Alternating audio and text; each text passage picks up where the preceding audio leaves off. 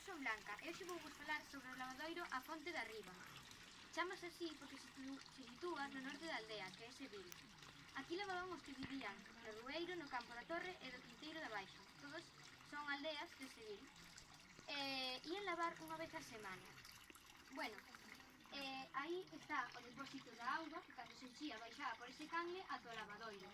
Logo, ese pitorriño con auga que cae dai utilizábase para o consumo na casa e levábase en sellas, que era como unha especie de caldeiro de madeira con asas para agarralo. Bueno, as mulleres, normalmente viñan as mulleres a lavar, entón traíno a roupa en bañeiras.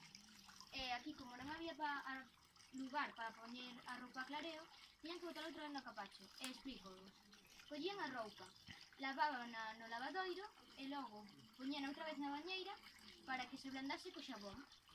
Logo volvían a meter no lavadoiro para mollala, quitarlle o xabón e volvían a meter na bañeira e levaban para a casa. Bueno, isto todo sobre do lavadoiro A Fonte de Arriba.